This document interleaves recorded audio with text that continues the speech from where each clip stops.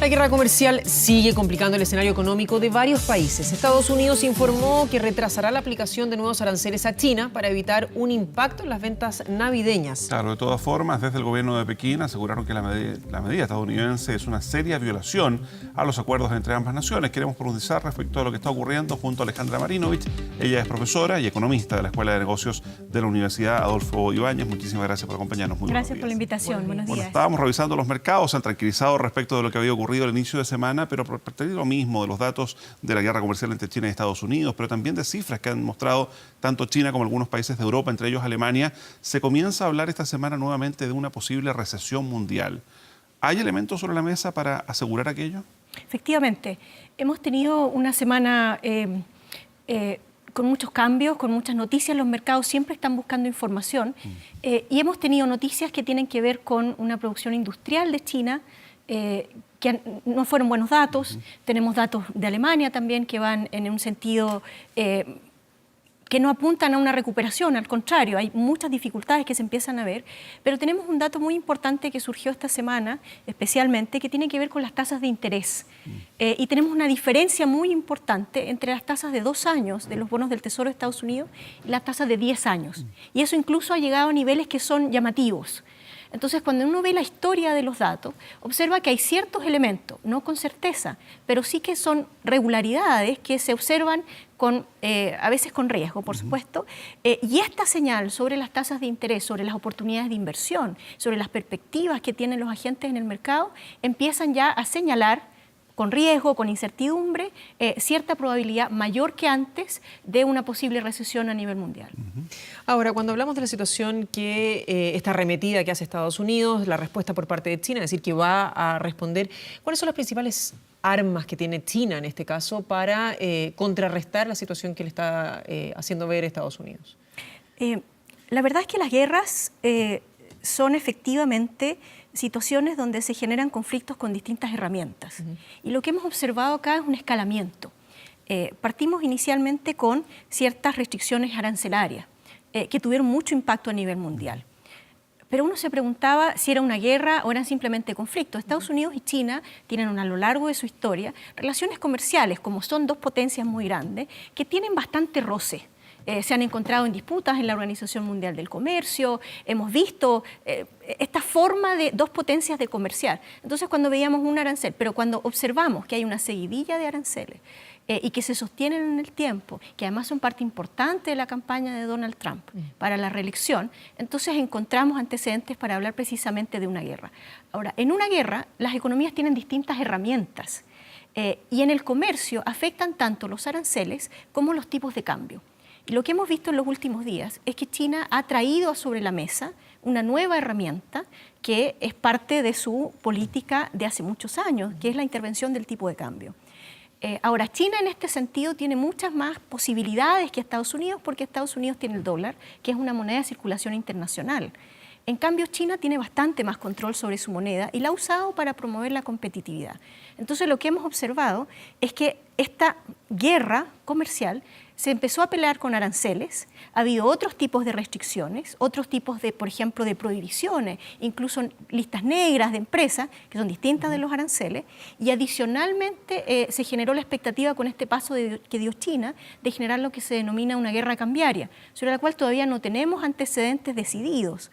Pero China sí dio una señal de que está dispuesta a entrar con otras herramientas que podrían profundizar el impacto económico, y eso es lo que tienen los mercados con gran preocupación sobre esta situación. Ahora, en este escenario de guerra comercial, como ya decíamos, de posible recesión, ¿en qué pie queda Chile? Digamos, está este informe que dice que algunos países que son fuertemente dependientes de la exportación de un solo producto, el cobre en Chile, el petróleo en Arabia Saudita, serían fuertemente afectados en este escenario.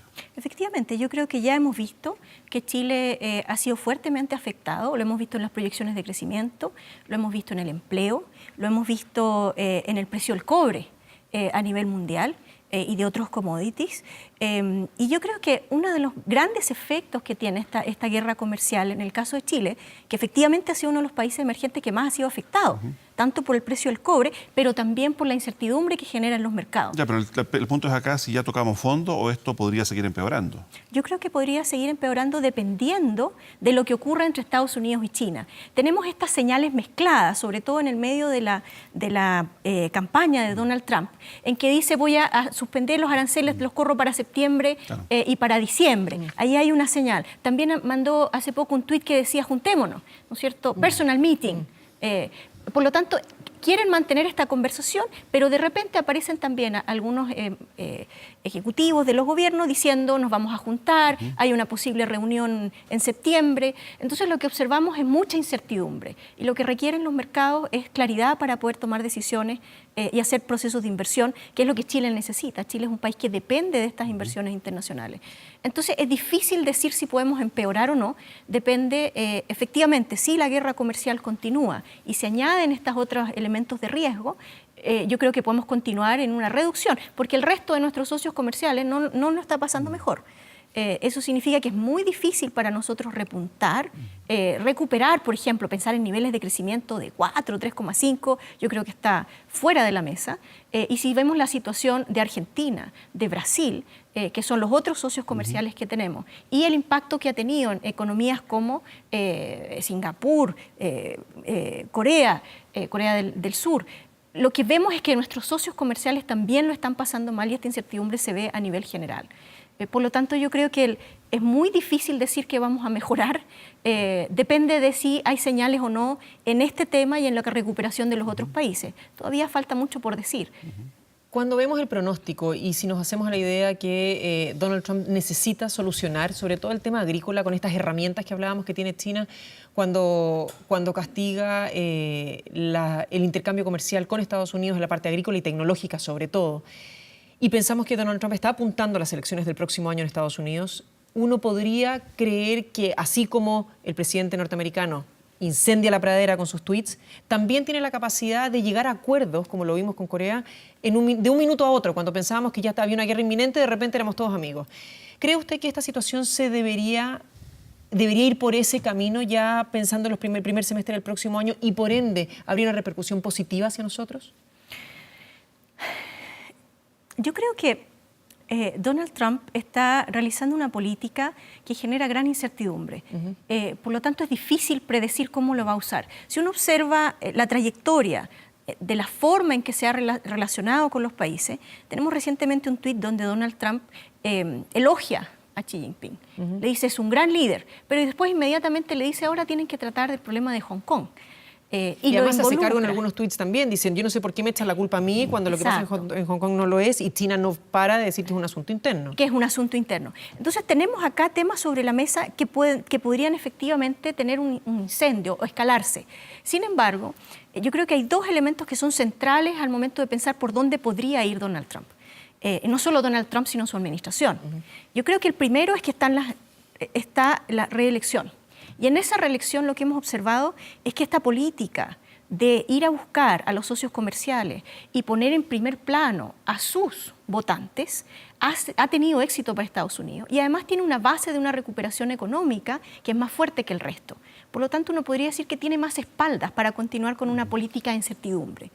Es decir, si bien ha habido impacto sobre los agricultores, Trump ha estado impulsando una campaña fiscal importante, ha generado otros elementos que apoyan al consumidor. Si uno ve la confianza de los consumidores, ve que está bastante bien en Estados Unidos, incluso hacia adelante, no solamente hoy día, sino hacia adelante. Por lo tanto, yo diría que es poco probable que encontremos la necesidad de acuerdos inmediatos. Como alguien que está en el planeta, lo que esperaríamos es que estos acuerdos llegaran lo antes posible, porque tiene daño para muchas otras economías. Pero si uno piensa solamente desde el punto de temas políticos y del nuevo arreglo geopolítico que están formando China y Estados Unidos a través de estas discusiones, yo creo que vamos a seguir observando fuerte incertidumbre hasta tener claridad de lo que va a pasar con Trump. Y si gana, vamos a tener un reforzamiento de este tipo de política. Al final de su gobierno uno esperaría más acuerdos para poder hacer una transición más tranquila. pero hoy día es algo que le está dando resultado a Donald Trump. Sí, yo quiero insistir en el impacto que esto podría tener también en nosotros, digamos, a nivel incluso de consumidor. Hemos visto lo que ha ocurrido en los últimos días, por ejemplo, con el tipo de cambio. Así es. Sumemos, ya decíamos, guerra comercial, posible recesión, lo que está ocurriendo en Argentina. ¿Qué podríamos esperar del precio del dólar? Yo creo que las tendencias hoy día, dada la incertidumbre, son a tener alta volatilidad y a tener tendencias a tener niveles depreciados del tipo de cambio. En este caso, cuando encontramos volatilidad, la gente huye hacia aquellos activos que son más seguros. Y uno de ellos es el dólar. Otros de ellos son los bonos del Tesoro de Estados Unidos, a pesar de toda la incertidumbre que se genera en los otros frentes. Ya, y eso por de pronto Eso puede significar pega. encarecimiento de productos importados, Absolutamente. buenas noticias para los exportadores, ciertamente. Buenas noticias por el lado del precio, malas noticias por el lado de la demanda. Porque lo que hace esto es que la causa del movimiento del tipo de cambio está asociada a una demanda más débil a nivel mundial. Y por lo tanto, claro, tienes este impulso en términos de que es más barato, pero por el otro lado quien te compra tiene menos disponibilidad para hacerlo. Yo creo que efectivamente el tema de la volatilidad y una tendencia a un dólar que sea depreciado en los próximos meses están bastante asegurados. ¿Y el impacto en el empleo? El impacto en el empleo, yo creo que vamos a seguir mirando una economía débil. Es posible que si esto escala podamos tener revisiones de nuevo a la baja.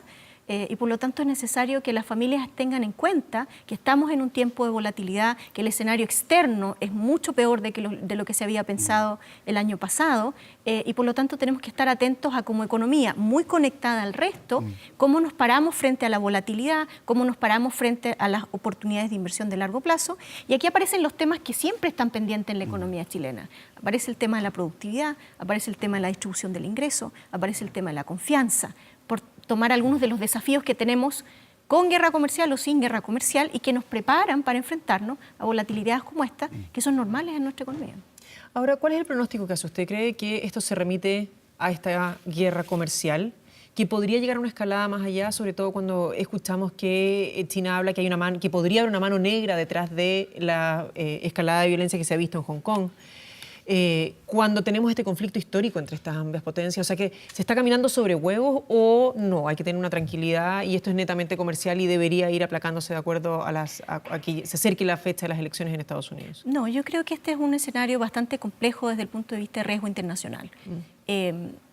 Hemos enfrentado situaciones de riesgo antes, bastante peores, por ejemplo, en la crisis anterior.